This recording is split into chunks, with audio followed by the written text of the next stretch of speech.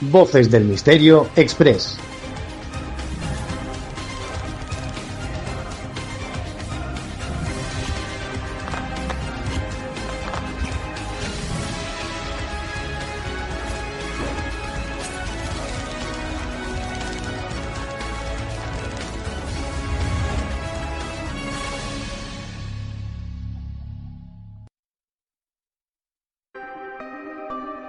Leyendas, enigmas, fenómenos paranormales, ufología, sociedades secretas, criaturas extrañas y la parte de la historia que nunca te quisieron contar las encuentras aquí, en Voces del Misterio Express.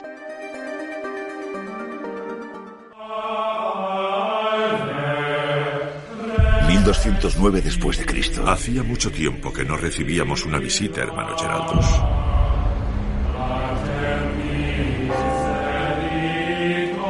No sabéis lo que pedís. Una reliquia legendaria. La reliquia les da miedo. Ya antes del rayo no querían acercarse a ella. Una antigua hermandad. Velaréis por la entrega de nuestra reliquia sagrada a Roma. Un viaje por un mundo destrozado por la guerra. Id con Dios. Se está librando una gran guerra a nuestro alrededor. Los infieles nos rodean desde todas partes, en cada orilla. Los herejes conspiran entre nosotros. No sois ciego. ¿Sabéis qué clase de hombres son?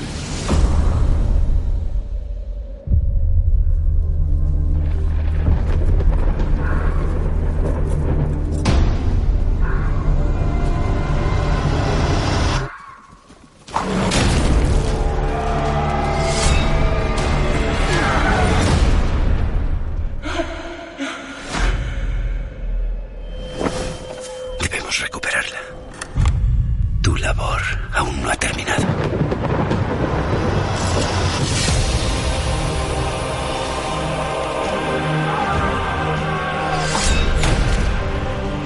Son enemigos de Cristo y Él se regocija con cada una de sus muertes.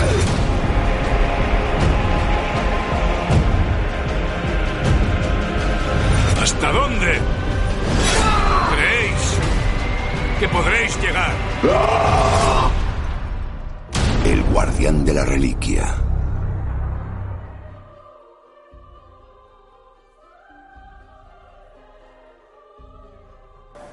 Y esta noche nos acompaña un querido amigo, periodista especializado en temas de nuevas tecnologías, enigmas de la historia, y que es un amplio conocedor de todo lo que son viajes de su Barcelona y también de todo lo que es el mundo del misterio.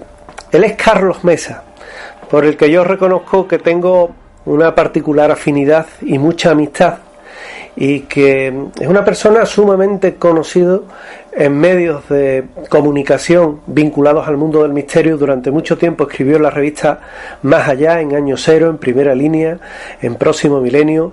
Paralelamente también ha sido director de revistas especializadas en informática, en fotografía, que ahora lo estamos siguiendo a través de redes sociales, e indudablemente también en emisoras de radio como Radio Nacional de España, Onda Cero y otras muchas radios que han tenido la fortuna, en este caso, de contar con su presencia.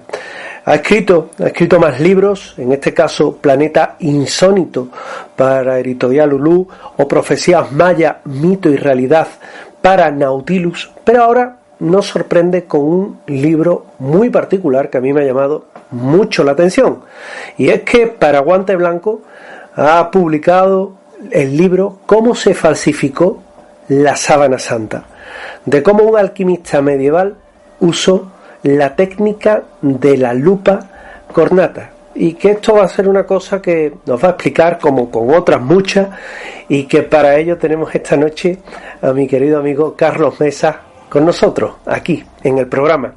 Carlos, ¿qué tal? Pues muy bien, encantado de estar contigo, que ya tenía muchas ganas, que ya sabes que te profeso mucho cariño. Oye, nos vamos a meter en un tema en el que somos completamente antagonistas, ¿eh?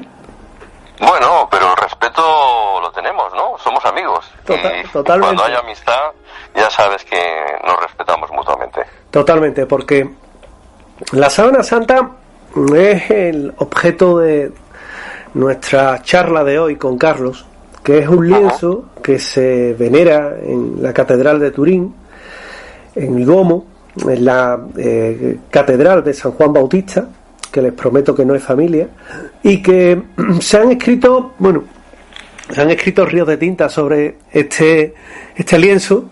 Para unos se trata de la mortaja de Cristo, para otros es una falsificación, para otros pues simplemente un lienzo llamativo sobre el que todavía hay que investigar mucho, pero que parece que no se llega a un consenso. Sin embargo, Carlos Mesa lo ha investigado a lo largo de su vida en muchas ocasiones.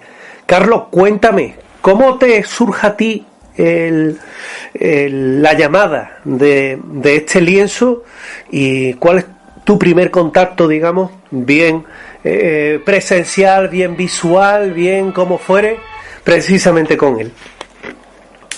Pues mira, la primera vez que lo vi in situ fue con el fallecido Manuel Delgado, que seguramente tuviste la oportunidad de conocer. Grandísimo Manuel José amigo. Delgado, grandísimo egiptólogo, no sabes lo que le echo de menos todos los días. Y creo que fue, si no me falla la memoria, estuvimos en Turín en la ostensión del 2010.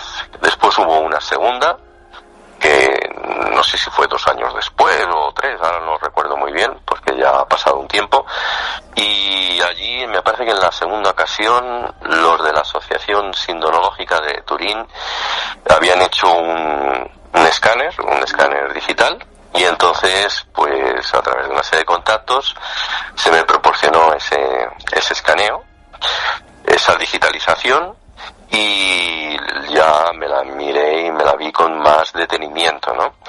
De hecho, inclusive recuerdo que para una conferencia aquí en Barcelona, a través de alguien que ahora forma parte del mundo de la conspiración, Miguel Celades, pues él puso el dinero para que hiciéramos una impresión a escala 1:1 de aquello que teníamos, ¿no? De aquella digitalización de la famosa síndrome. Y entonces, pues claro, a escala 1:1 ya te la puedes... Además la imprimimos en un lienzo.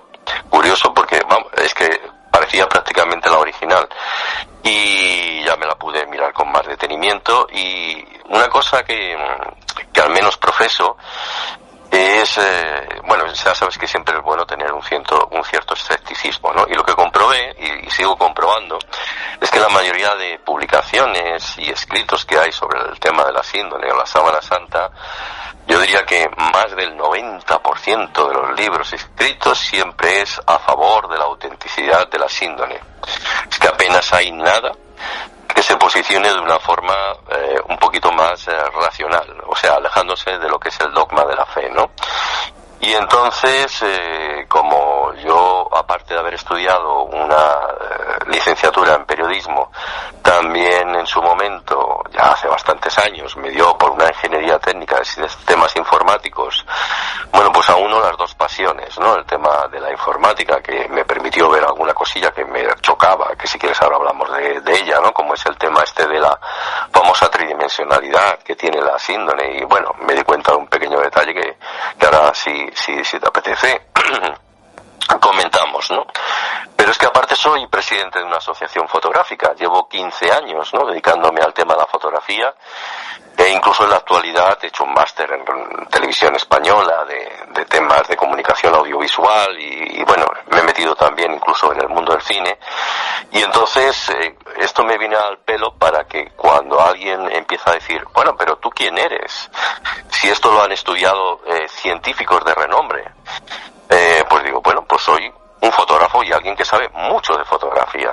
Pero no hablo de un poquito, hablo de que sé bastante de fotografía.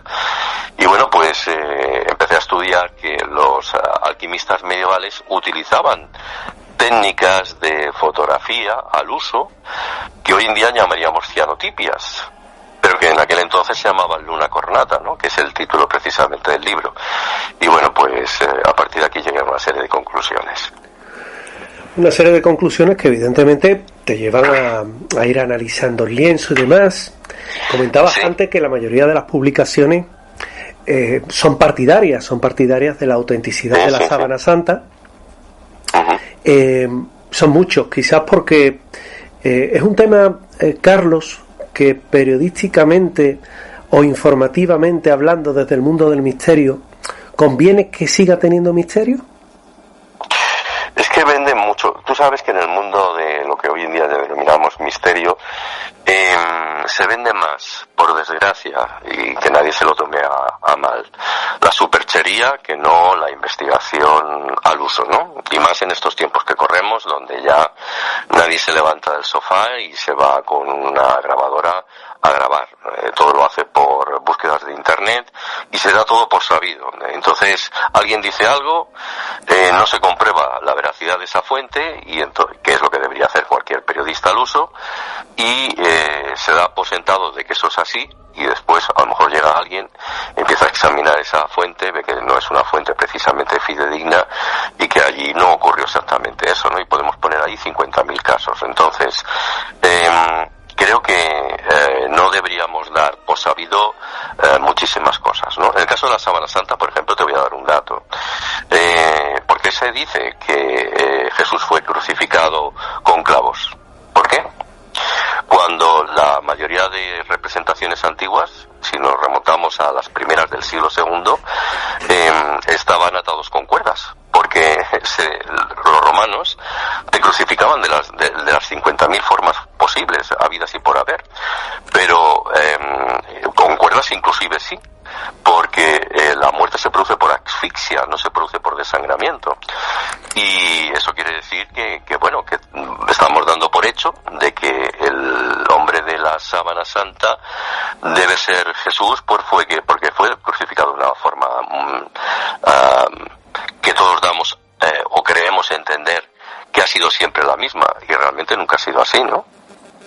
Nunca ha sido así. De hecho, fíjate que mirando la Sábana Santa, yo muchas veces me he preguntado si debido a esas quemaduras que tienen en la zona de los brazos, esas marcas triangulares que sabes que le quedó debido al incendio de Chamberí, o lo que nos dicen históricamente que fue el incendio de Chamberí en 1532, y yo me pregunto muchas veces que si estuviera atado, las ligaduras quizás a lo mejor hubieran estado marcadas en el propio lienzo, porque yo incluso, Carlos, me lo he preguntado, digo, si normalmente los ataban y ahí los dejaban en la cruz y que le dieran, y cuando ya duraban mucho le partían las piernas y listo.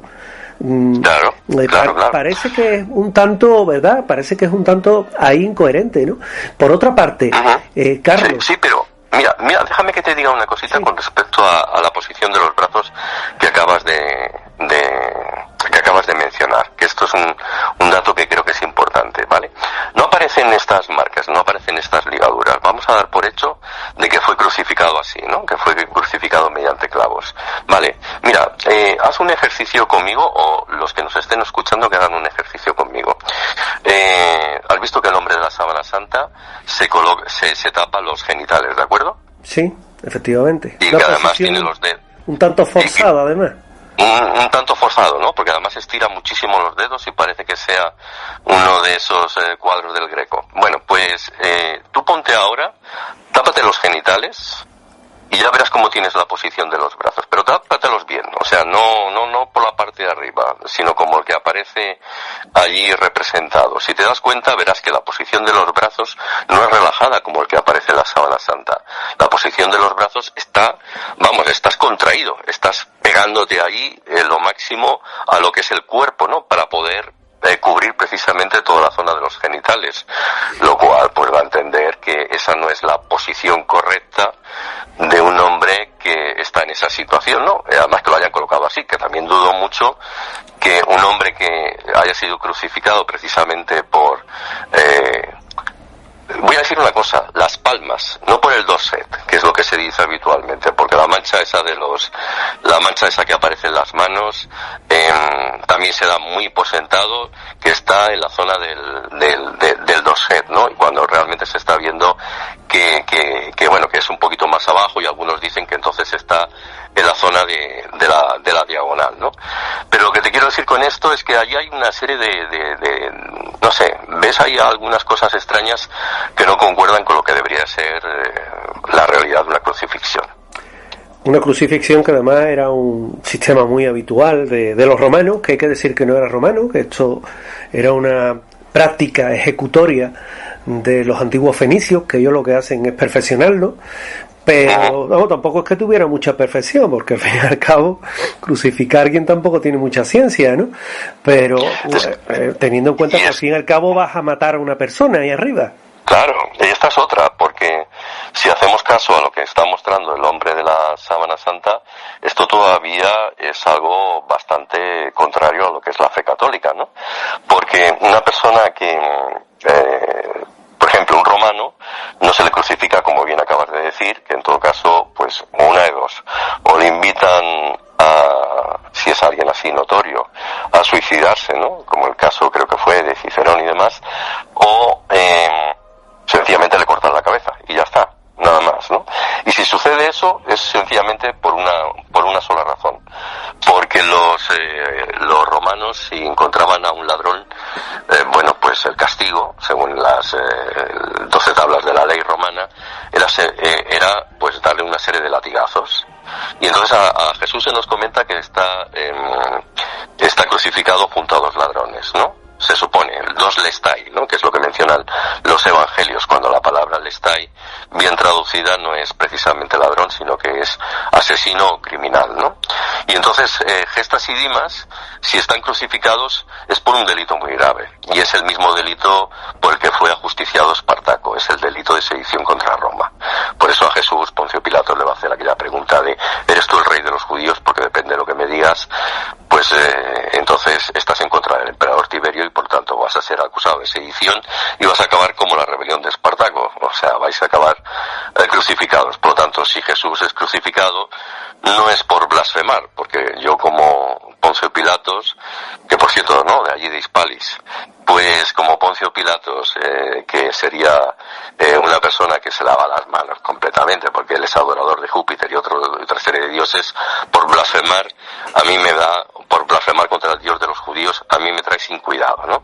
Pero si te estás posicionando a favor de, si me estás diciendo que realmente tú eres el rey de los judíos y me estás haciendo ver que estás en contra de Roma, pues ya sabes cuál va a ser el castigo, ¿no? Así que si realmente creemos que Jesús fue crucificado, Jesús sería crucificado por un delito de sedición contra Roma, que es un delito muy grave, que habría que entonces ir echando un vistazo a lo que realmente hizo la figura de Jesús en vida, ¿no? Para ser crucificado de esa manera. Una crucifixión que además, como comentábamos, era una forma ejecutoria que simplemente era para los no romanos, como bien indicaba, los que no eran ciudadanos de Roma, pues se enfrentaban a ellos, y el ciudadano de Roma pues se les invitaba a suicidarse. Carlos, el lienzo tiene una serie de vicisitudes a lo largo de la historia. Cuando más referencias históricas tenemos de él, quizás es a partir del año 1204 en Constantinopla. Tú me corriges en todos los datos que yo no diga que sean correctos.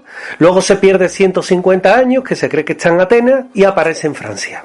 Hasta ahí, más o menos, el recorrido que es comúnmente aceptado. ¿No resulta extraño que el lienzo aparezca en una época en la que se tenía una particular fascinación y fervor por todo lo que eran reliquias pertenecientes en su grado máximo a Jesús de Nazaret, que eran las más perseguidas? Las más perseguidas en el sentido de las que más querían atesorar, vamos. Acabas de dar un dato interesantísimo. Bueno, hay que hacer aquí quizá unas cuantas advertencias, ¿no? Realmente se nos dice, bueno, lo que nos habla de la cronología de la Sábana Santa, aquí hay tradiciones, como tú bien sabes, pero las tradiciones no dejan de ser fuentes no verbales y fuentes no escritas, que nunca sabes de dónde han salido. Y después empiezan a aparecer unas quizá incluso antes de lo que creemos, empiezan a aparecer reliquias que tienen que ver con la figura de Jesús. O sea, la primera vez que vemos vemos una especie de rostro de Jesús es con el famoso mandilión que sabes que es del 527, ¿no? Que quizás es lo que más se parezca hoy en día al pañolón de Oviedo, aunque realmente el mandilión lo tuvo el Papa, incluso el Papa Francisco mandó a hacer una especie de investigación y luego se descubrió que el mandilión que él tenía es en realidad una pintura de Alberto Durrero, que es un tipo fascinante y que siempre está todo lleno de enigmas. Pero luego empezaremos a partir del siglo XII es cuando aparece supuestamente en el Códice Prey lo que es la sábana santa. Digo supuestamente porque cuando tú te miras el Códice Prey, lo que estás viendo, que además lo tengo aquí delante porque lo estoy mirando en una fotografía de mi libro, pues en el Códice de Prey lo que vemos es una persona que es introducida dentro de un sarcófago, y lo que muchos creen ver como la sábana santa es en realidad pues un sarcófago, son las muescas de ese sarcófago, con lo cual no estamos viendo la sábana santa, sino estamos viendo otra escena de la pasión de Jesús, ¿no? O sea que en realidad por primera vez vemos a la sábana santa en Lirey, Francia, de manos de Geoffroy de Charny, ¿no? Que es entre el 1353 y el 1357, y con la posterior discusión que aparecerá posteriormente del obispo de Troyes, Pierre d'Arcis, que envía una carta al Papa Clemente VII, que está en Aviñón, y que le dice, oye, que tenemos una falsificación aquí, que la gente viene a adorar. Esto también entronca con el tema del carbono 14, que si quieres lo hablamos, porque la fecha del carbono 14, fíjate que es coincidente con la aparición de Lirey, ¿no? Pero me preguntabas por qué aparecen las reliquias en un momento determinado. Pues aparecen por una sencilla razón.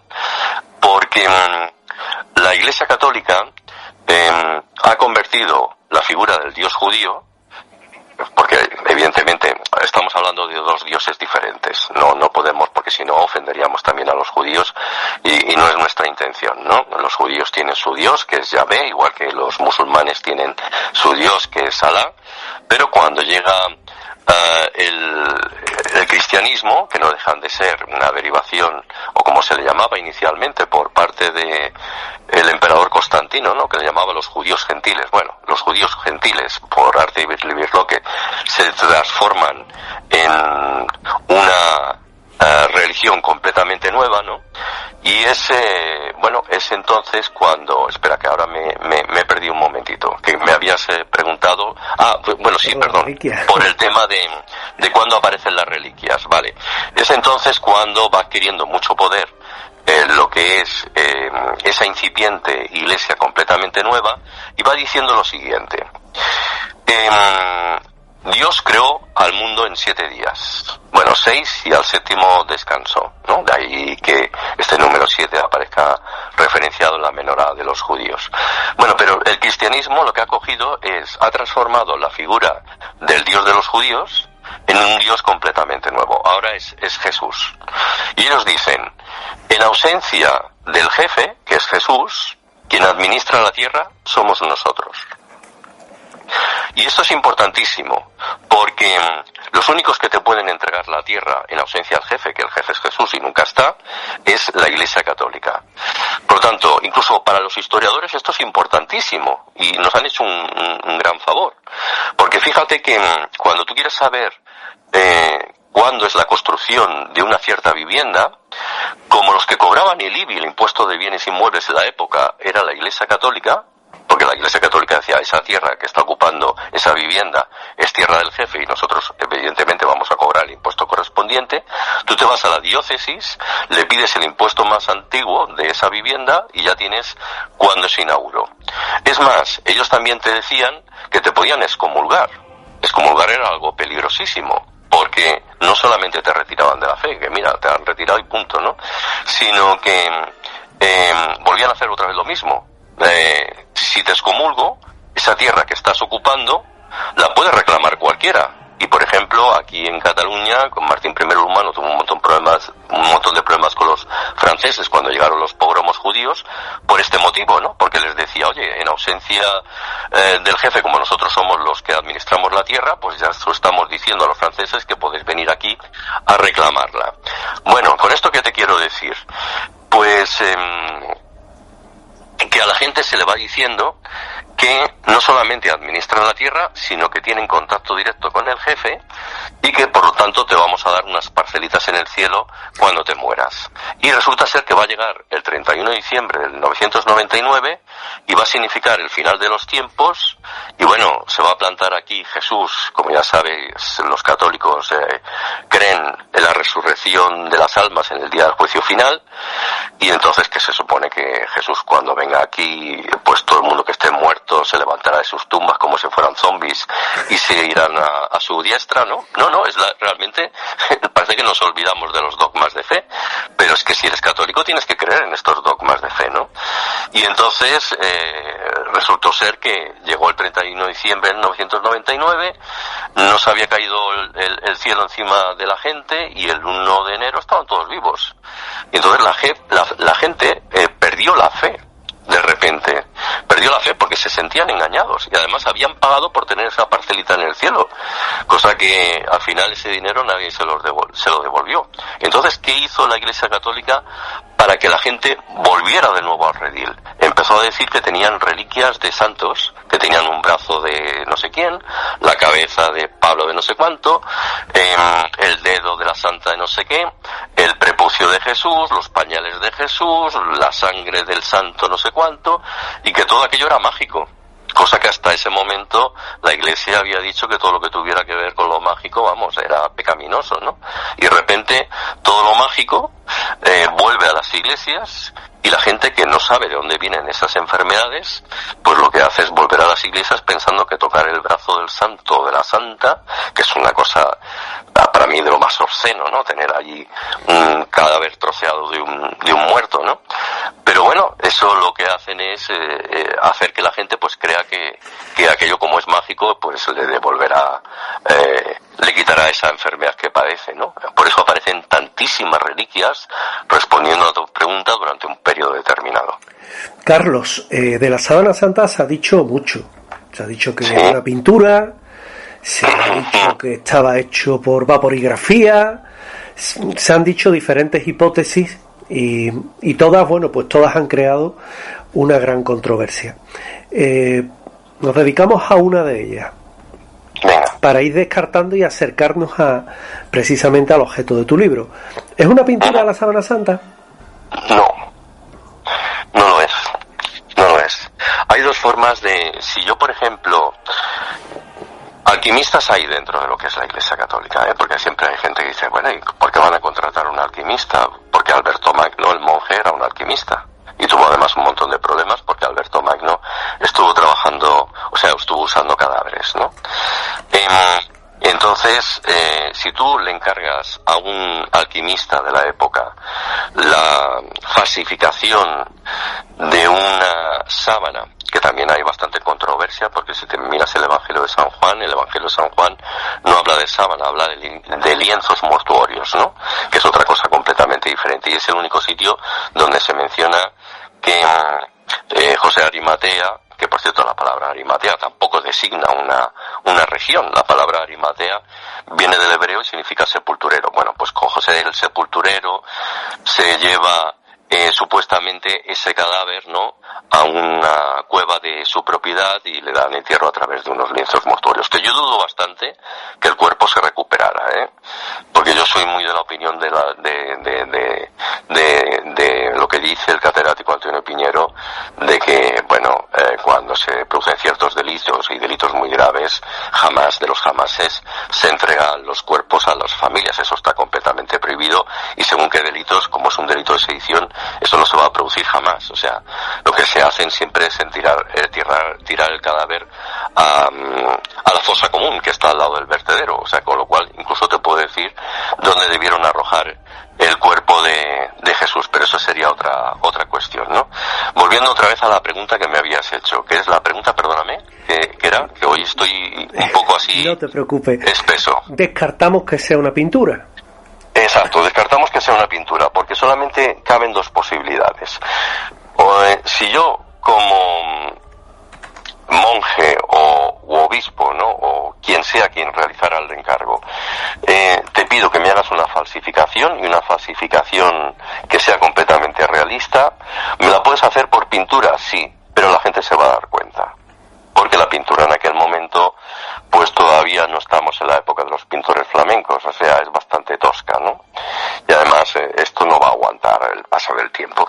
Pero hay una fórmula nueva que ya han probado, que es la siguiente. ¿Y si en lugar de pintar directamente sobre la sábana, pintamos sobre cristales?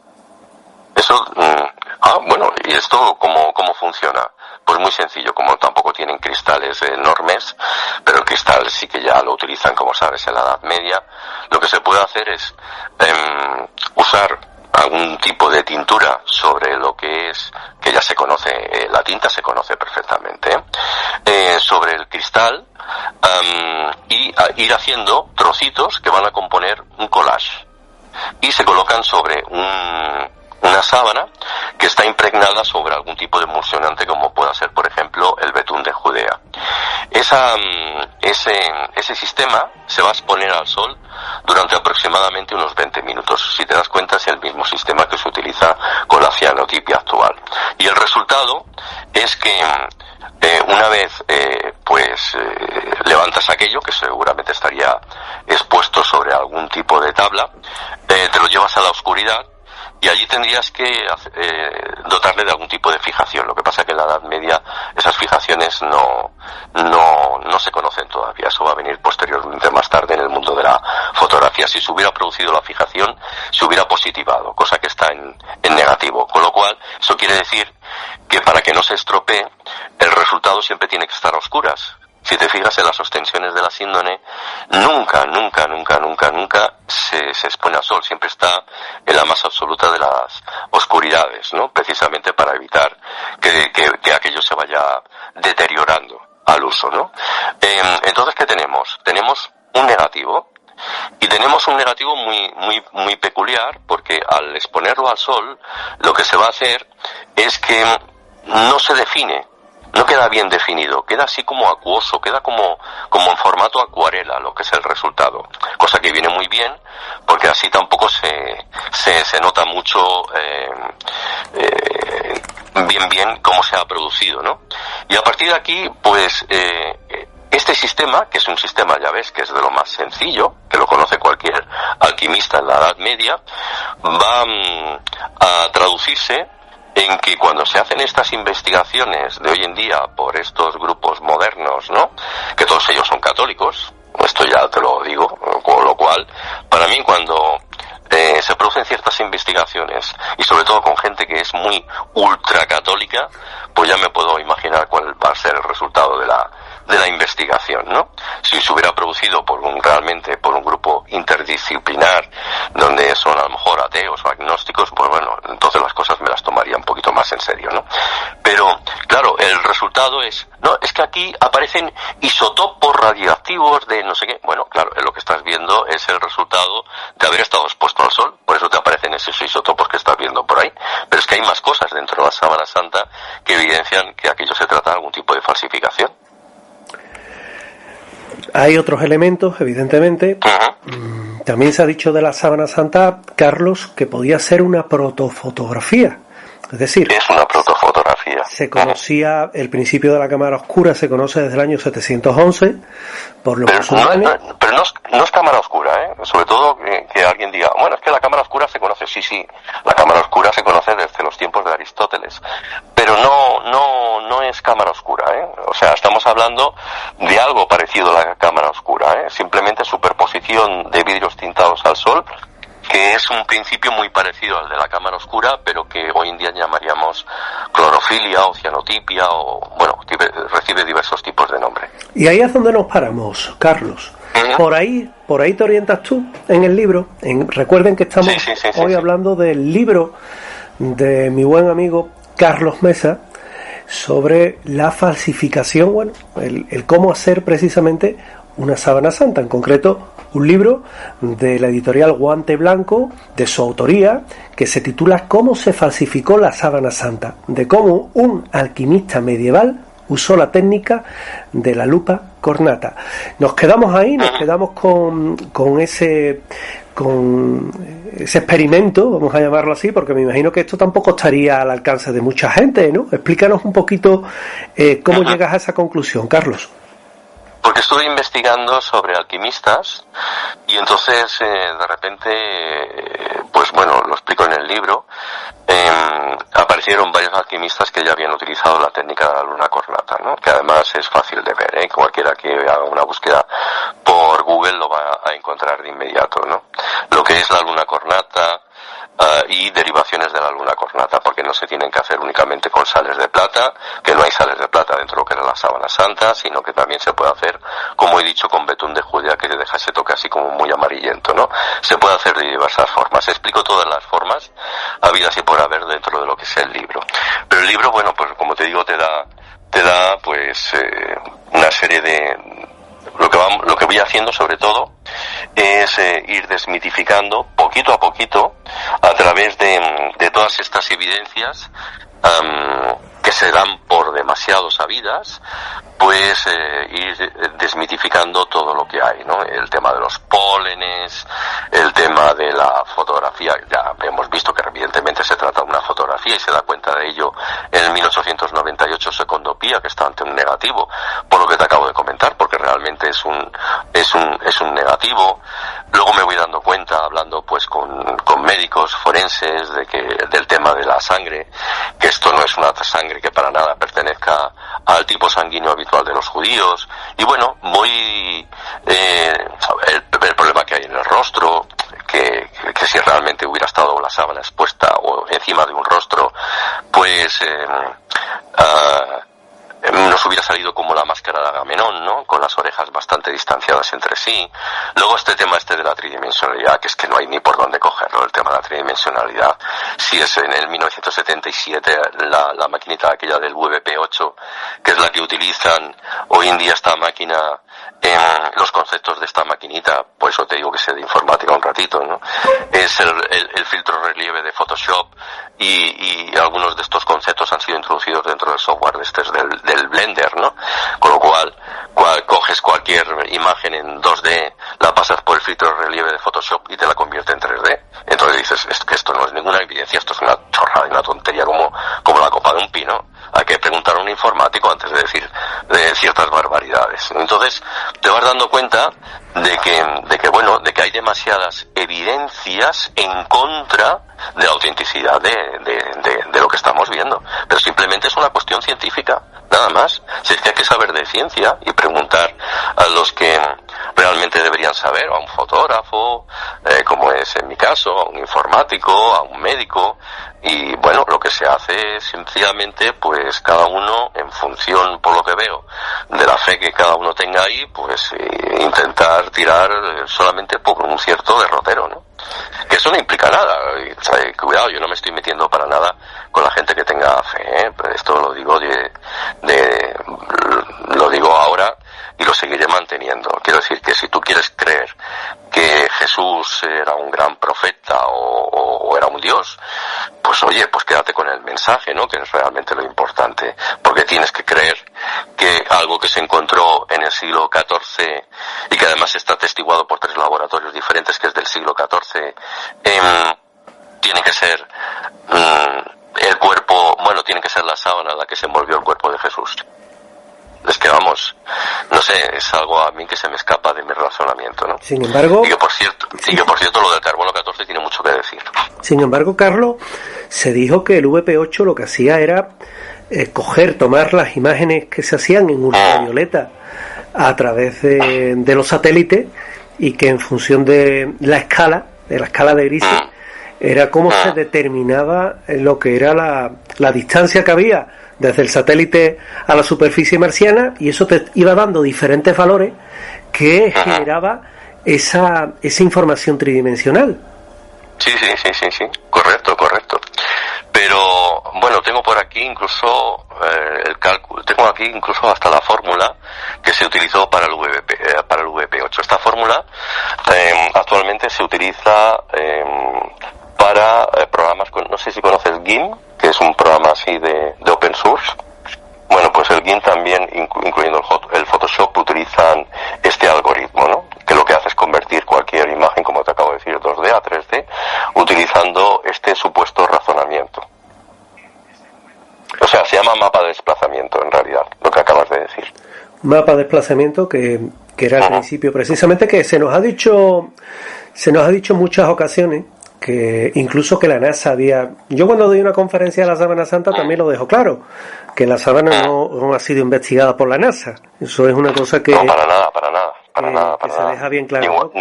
Ni igual que el manto de Guadalupe, que también mucha gente dice, lo investigó la NASA. La NASA se dedica a lo que es el universo, nada más. Exactamente. Y Carlos, seguimos con esa técnica. Tú llegas a la conclusión precisamente que está hecho con esa particular forma de hacerla, y te pregunto yo, ¿y por qué no hay más ejemplos? ¿Más ejemplos de este tipo? ¿Por qué no nos han llegado más, o que sepamos, más ejemplos de este tipo, más lienzos así? Porque claro, tú imagínate, en la época, admitimos que el lienzo es medieval. Si yo hubiera sido un artista, no te digo un falsificador, un artista, un artista del medievo, y doy con esa técnica, particularmente, Carlos, yo me forro. Yo me harto de vender lienzos de este tipo. Ya, pero ¿qué quieres decir? ¿Que se hubiera hecho más de uno de la figura de Jesús? Claro, ¿por qué no? ¿Por qué no hay más ejemplos? ¿Por qué no hay más lienzos con estas características? Pues bueno, eso es un gran enigma, no lo sabemos, ¿no? Sabemos que bueno, yo doy por hecho de que, estoy convencidísimo al 100% de que se realizó con esta técnica, no tengo ni la más mínima duda. Y ¿por qué no se hizo más? Pues lo desconozco. La verdad es que desconozco por qué. No lo sé. Pues eso también te honra, oye, que igual, hombre, yo qué sé, le supuso mucho trabajo y dijo que no seguía. Pero... No, la técnica la conocían, lo que pasa que solamente se utilizó a la hora de hacer falsificaciones, solamente para este cometido, ¿no? Para la falsificación de las síndones, solamente hay una síndone falsificada de esta forma. Sí. Carlos, a un artista de esa época, ¿qué le implicaba legalmente, religiosamente, hacer un lienzo con la figura de Jesús de Nazaret? ¿Qué le implicaba? ¿En qué sentido? ¿Qué le implicaba? Es decir, ¿no estaba perseguido el tratar de hacer un lienzo de estas características en las que mostraba el cuerpo de Jesús de Nazaret crucificado y hacerlo pasar por una reliquia? ¿Estaba perseguido, me imagino? ¿O simplemente...? Pues no sé por qué lo hacían, no lo sé, pero es que como hicieron tantas falsificaciones, porque claro, es que ahora no se habla del prepucio de Jesús, pero ¿por qué hicieron la falsificación del prepucio de Jesús? ¿Por qué hicieron la falsificación de tantos clavos de Cristo como hay, que luego los protestantes ya saben lo que pasó con ellos, ¿no? Que se quejaban de todo aquello? ¿Por qué hay tantas falsificaciones de astillas del madero de Jesús? ¿Por qué hay, no sé, tantas cabezas de Santiago por ahí? Pues no lo sé. Porque hay cabezas de Santiago, en la misma catedral de Santiago de Compostela hay 2 cabezas de Santiago, no una, 2. Bueno, ¿por qué hacían todo aquello? Pues no lo sé. Estas son cosas que habría que preguntar en aquella época, ¿por qué querían hacer todo eso? ¿Qué era? ¿Para engañar a la gente? Pues, dedos de San Juan Bautista, creo que hay 60 dedos de San Juan Bautista. Ya, por eso te digo, que ¿por qué hacían todo aquello? Pues Carlos, supongo que para engañar a la gente, ¿no? Retomamos nuevamente con tu libro, porque esto está muy interesante, evidentemente. Te pones en esa investigación, das con esa técnica. ¿Cuántas posibilidades de realización de Sábana Santa has estudiado? Pues yo tengo una en casa. Yo me he hecho alguna también, Sí, al final acabamos todos haciéndonos una, no te preocupes. Sí, además la he hecho con mi técnica, porque claro, si yo estoy hablando de que existe una técnica para hacerlo, bueno, pues he hecho una en parte, no la tengo por completo, porque lo que he hecho sencillamente es parte de la cabeza. La cabeza sí que la tengo, ¿no? Pero no en su totalidad, simplemente era para demostrarme a mí mismo que se podía hacer. Y me imagino que, porque ya nos conocemos, estudiarías todas las técnicas, ¿no? Todas tienen un pro y un contra, y sin embargo esta es la que te convence. Esta me convence, me convence primero porque sé que lo podían hacer en aquella época. Era algo que todavía en bastantes libros de alquimia se puede encontrar, este tipo de técnica. Habría que buscar la técnica, o sea, lo que tú no puedes decir es, esto lo tuvo que hacer Leonardo da Vinci. Y vale, de acuerdo, Leonardo da Vinci además es posterior a la datación del carbono 14, ¿no? Que entonces dices, ¿y con qué lo hizo? ¿Cómo lo hizo? No, se trata de una pintura. Evidentemente, pues todos los que argumentan que no es una pintura están en su razonamiento. No se trata de ningún tipo de pintura, evidentemente, ¿no? Y luego ya, aquí ya las hipótesis estas surrealistas, ¿no? Se trata de algún tipo de impregnación mágica de isótopos radiactivos, de no sé qué. Bueno, esto no está para nada bien mirado. De hecho, inclusive, uno de los del STUR, Walter Macron, salió precisamente del STUR, que eran los que investigaban la sábana santa, porque él se dio cuenta de que allí aparecían algunos pigmentos, no propiamente pigmentos, ¿no? Algunas de las sustancias que se utilizaban en estas técnicas de la luna cornata. O sea, él se da cuenta de este particular. Es por eso que lo sacan precisamente del STUR, ¿no? ¿Quién pudo haber sido el autor de la sábana santa, Carlos? Pues no se sabe. Otro de los grandes enigmas. ¿Quién lo hizo? Pues es que además... ¿Hay algún genio en la época, quitando a Leonardo da Vinci, que no había nacido, hay algún artista que sobresalga? Porque, por ejemplo, Alberto Durero, tú bien lo comentabas, se le encargaron varias copias, y aparte de un gran grafista, era un gran pintor, pero era también un gran grafista. Grafista en cuanto a que él lo que creaba era moldes y se imprimían, ¿no? ¿Hay algún artista de la época que destacara particularmente y que se pudiera decir, pues mira, este es un candidato? Alberto Durero es importantísimo. Otro día hay que dedicarle porque hace poco estuve echándole un vistazo a este es un tema que a ti te encantará, a una María Magdalena de Alberto Durero, y aparece en un cuadro de Alberto Durero la Virgen de la Pera, y además hay un montón de simbología oculta, de esta que a ti te encantaría, simbología iniciática, que nos da a entender que quien está en brazos de esa Virgen de la Pera, que se ve que es con el cabello rojizo y rizado, lleva una especie de palmita en la mano, y entonces es una nena. Y además también hay algún otro que es símbolo por ahí que te va a decir quién es esa nena realmente, ¿no?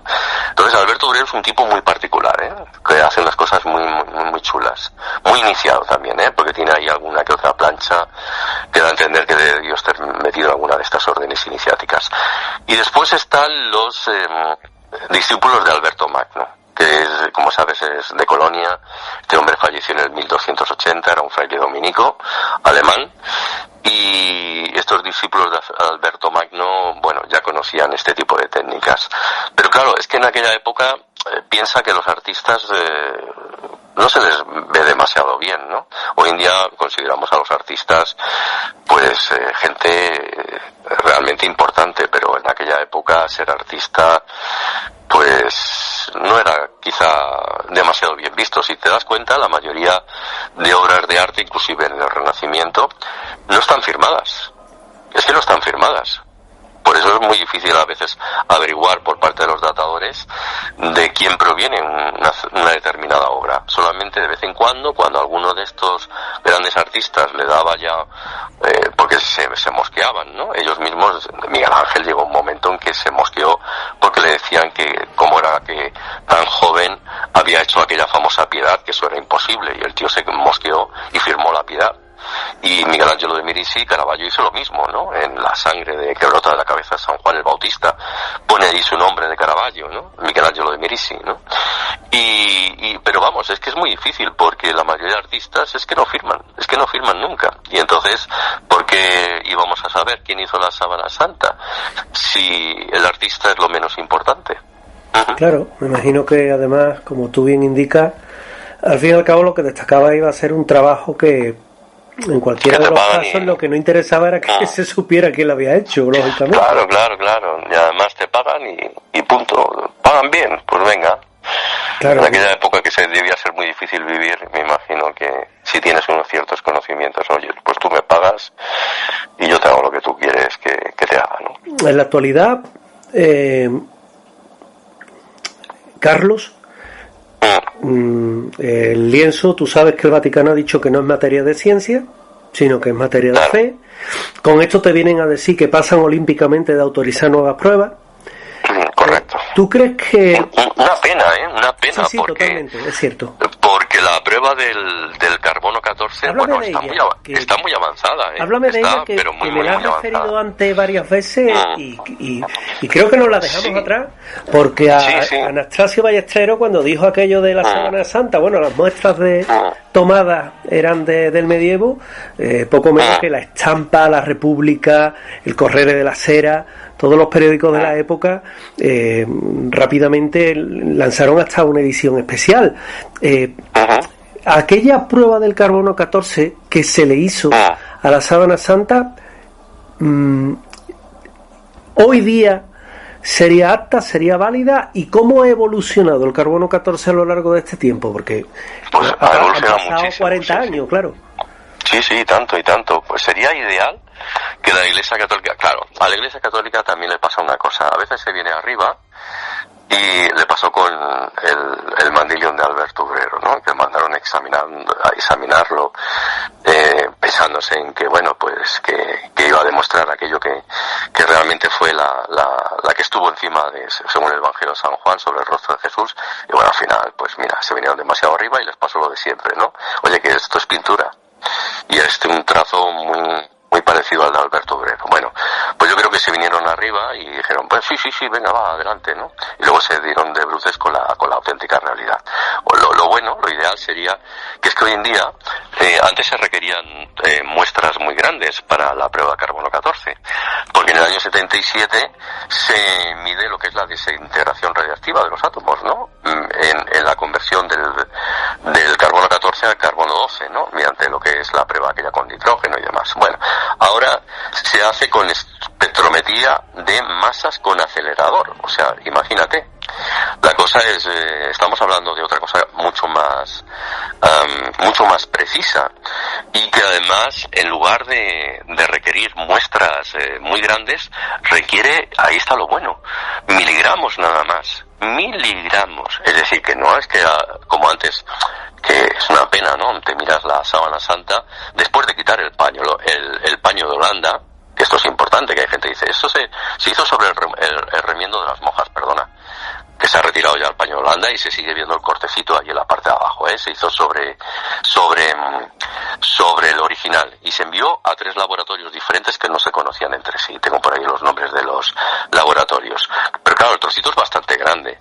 Hoy en día se hace mediante muestras de nada, de miligramos, con lo cual es que no afectaría para nada a lo que estamos observando, pero evidentemente ya te digo yo que la Iglesia Católica, en este caso el Vaticano, no va a dar el permiso correspondiente para que eso se haga, ¿no? Porque es que es una segunda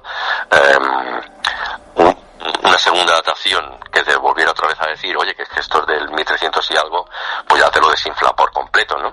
Siempre estará la gente que te diga que el incendio de Chamberí, ¿no? El incendio, pero es que hay mucha gente que no sabe cómo funciona lo que es la prueba del carbono 14. La prueba del carbono 14 es una prueba donde tienes que volver otra vez a medir cuánto, claro, se hace mediante ver cuánta proporción de carbono 14 se ha perdido con respecto al carbono 12, ¿no? Y todo esto se hace a través de quemar las muestras. Es que las tienes que quemar. Y además las tienes que limpiar, para que antes de quemar esas muestras tienes que limpiarlas, con lo cual si hay cualquier tipo de hollín o inclusive de manipulación de los dedos, todo esto se limpia por completo. Y lo que se nos da en todo instante después de someterlo a esa prueba, que es una prueba bastante fehaciente, porque si realmente la Sábana Santa hubiera estado en contacto con tierra, hombre, allí es un poquito más difícil, porque quitar se puede hacer, pero la verdad es que eso sí que afectaría a lo que es propiamente la datación correspondiente. También sabes que no se puede hacer el carbono 14, como tiene una vida de unos 5.730 años, no se puede hacer de más allá, pero bueno, es que tampoco distan tanto en el tiempo. Es más, los 3 laboratorios te dan la misma fecha, no se conocen entre sí, no es que hayan hablado entre ellos, te dan siempre la misma fecha que coincide con la primera vez que la vemos en el Lirey en Francia, ¿no? Coincide plenamente. Es más, para todos aquellos que creen que realmente el hollín del 1500 y algo, ¿no? De allí de aquel incendio que hubo en Chamberí y demás, le ha afectado. Bueno, pues si realmente le ha afectado, ¿qué crees que daría la prueba del carbono 14 si realmente lo hubiera afectado? Pues te daría como datación 1500 y algo. ¿Y cuál te da? Te da la del siglo XIII, por lo tanto no está alterado. Está bien hecha la prueba de carbono 14, es que está perfectamente realizada.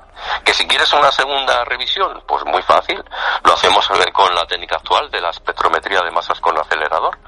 Pero claro, ya da por hecho que esto no se va a hacer jamás, ¿no? No se va a hacer jamás y menos con la postura que tiene evidentemente la Iglesia. Hay un tratado... No, la Iglesia no se lava las manos como un Poncio Pilato, ¿no?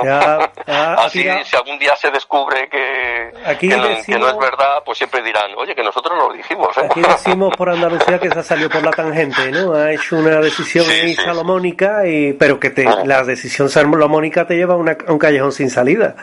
Que eso es evidente. Hay un tratado óptico que es el Opus Maius de Roger Bacon. Sí, muy bueno.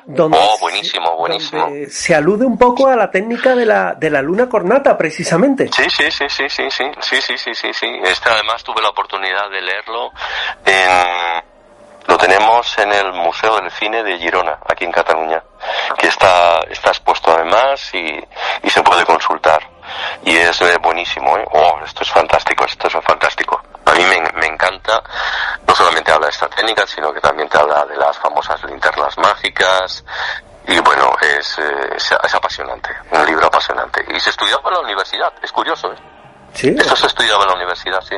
Y también con la luna cornata que la primera foto creo que fue del año 1823 y se precisó creo que de un montón de intentos, de más de medio centenar de intentos para poder hacer una imagen de este tipo. Claro, era el principio incipiente, tampoco podemos pedir mucho. Claro, ¿no? Claro. Tampoco vamos a pedir... Pero vamos redescubriendo las cosas continuamente, ¿eh? Porque lo que ahora llamamos conocimientos modernos, a mí me hace mucha gracia porque en ocasiones vamos encontrando que son conocimientos del pasado que hemos vuelto otra vez a redescubrir.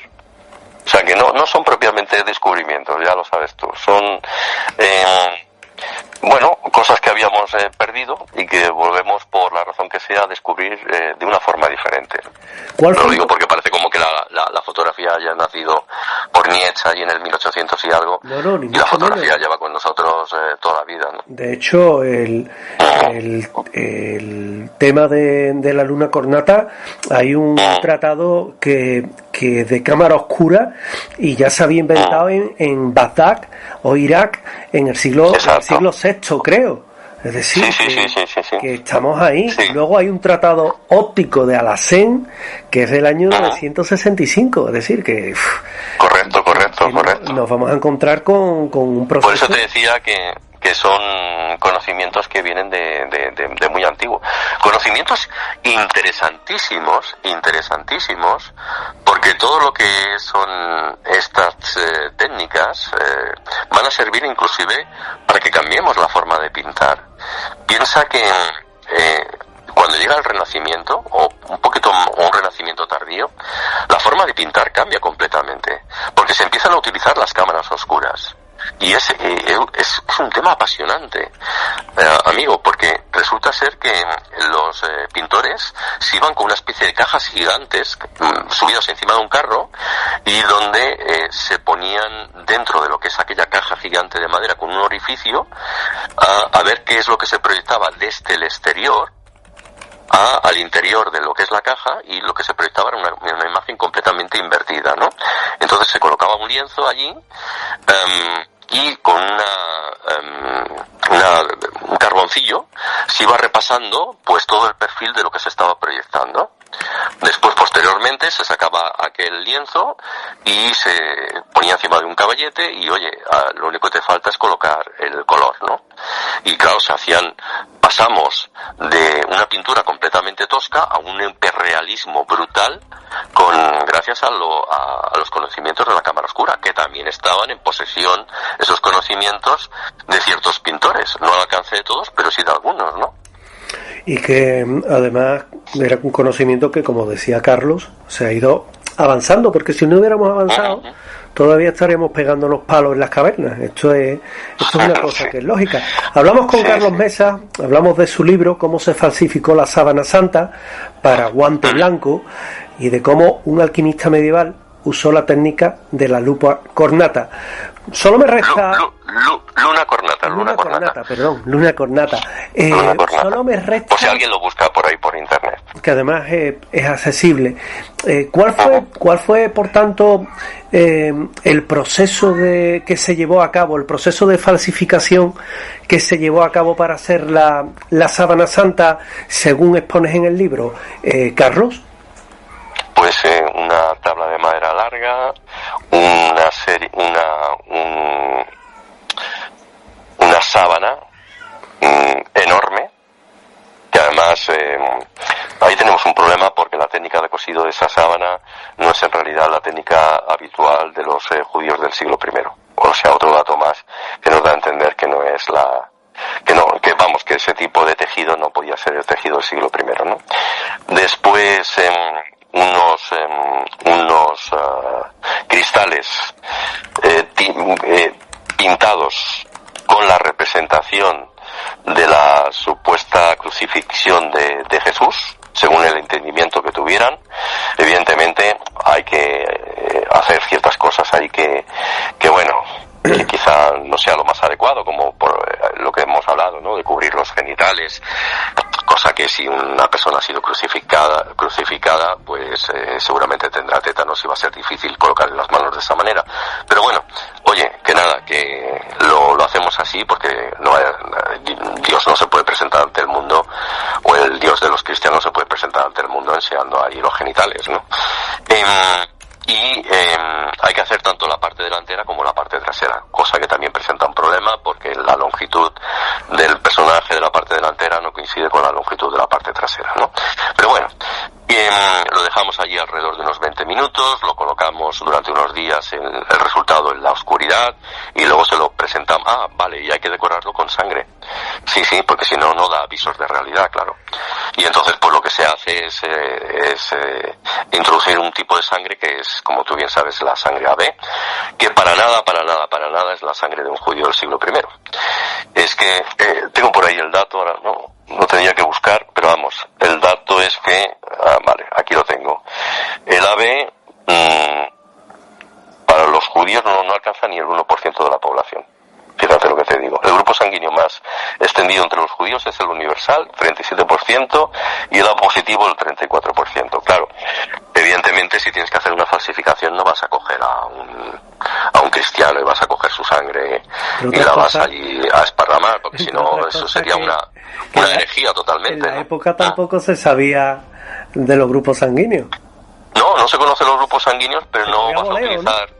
No vas a utilizar un cadáver de un cristiano, vas a utilizar el cadáver a lo mejor de un asiático, ¿no? Que es un pagano completamente. Entonces, es que la sangre de AB es de un asiático, no es de un occidental, ¿no?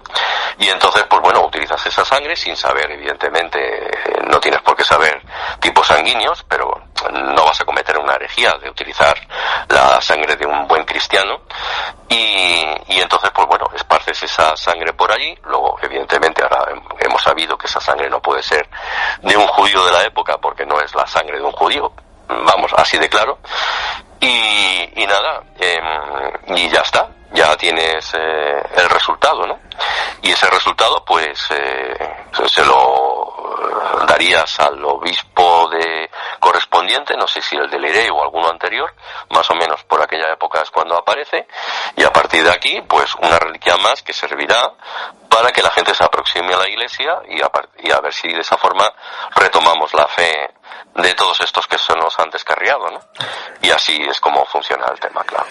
Pues si quieren más información, si quieren leer este libro, que yo les aconsejo, les recomiendo, yo de hecho ya me lo he pedido porque me interesa mucho, porque Carlos sabe que yo estoy en otra línea, pero ello no quiere decir que por supuesto no me interesen que me abran los ojos, y siempre es interesante además hablar con una persona extremadamente versada en todo lo que hace, como es el caso de Carlos Mesa, que yo doy fe de ello, y que, oye, nos puede ilustrar, y que si durante mucho tiempo se ha estado defendiendo pues lo que es una posible reliquia que no es tal, pues ¿por qué no rectificar? Que rectificar dicen que es de sabio.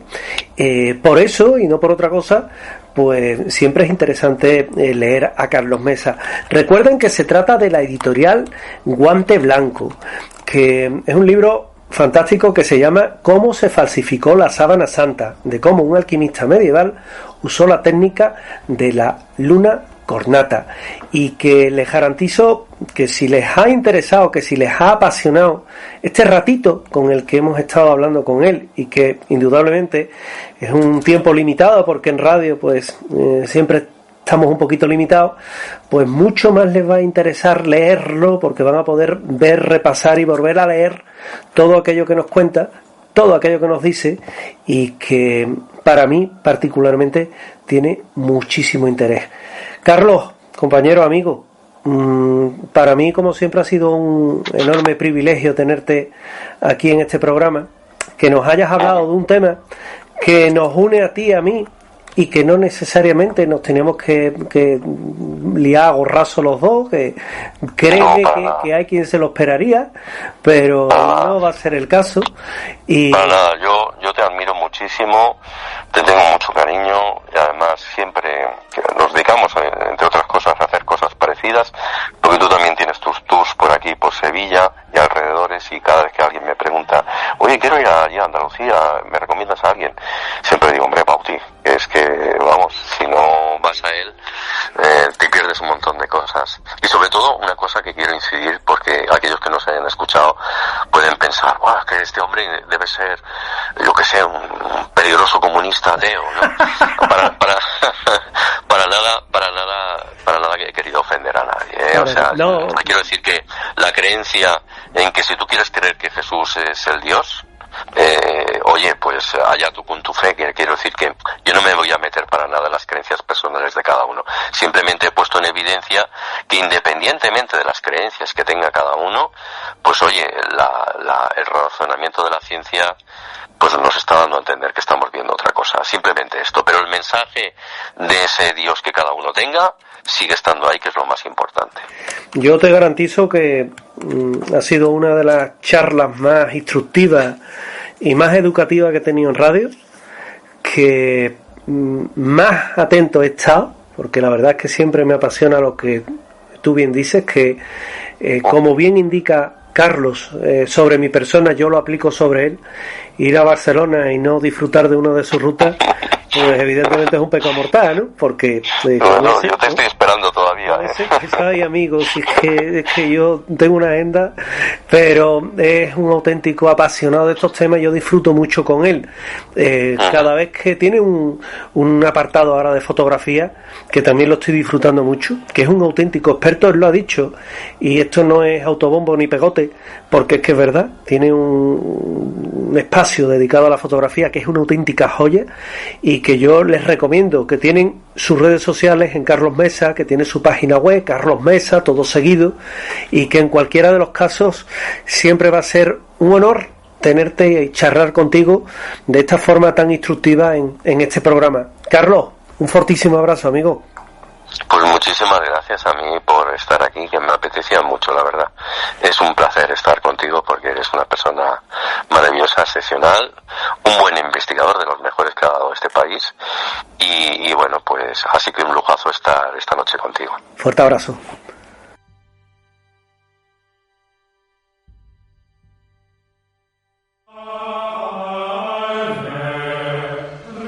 1209 después de Cristo. Hacía mucho tiempo que no recibíamos una visita, hermano Geraldus.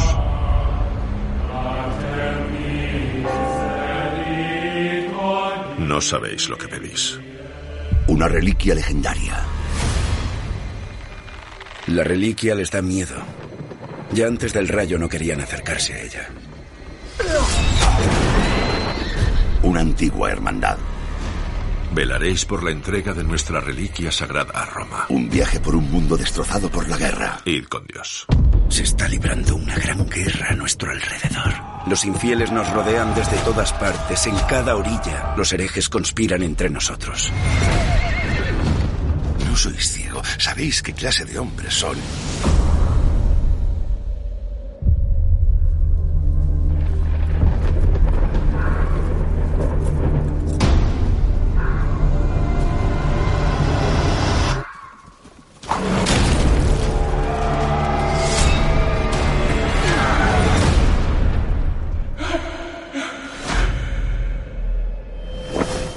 Debemos recuperarla.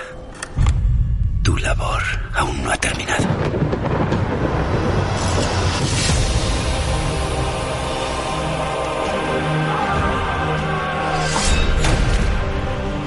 Son enemigos de Cristo y Él se regocija con cada una de sus muertes.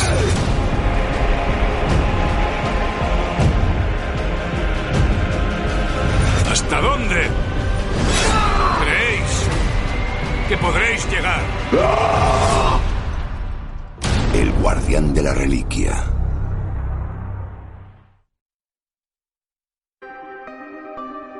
Leyendas, enigmas, fenómenos paranormales, ufología, sociedades secretas, criaturas extrañas y la parte de la historia que nunca te quisieron contar las encuentras aquí, en Voces del Misterio Express. Voces del Misterio Express.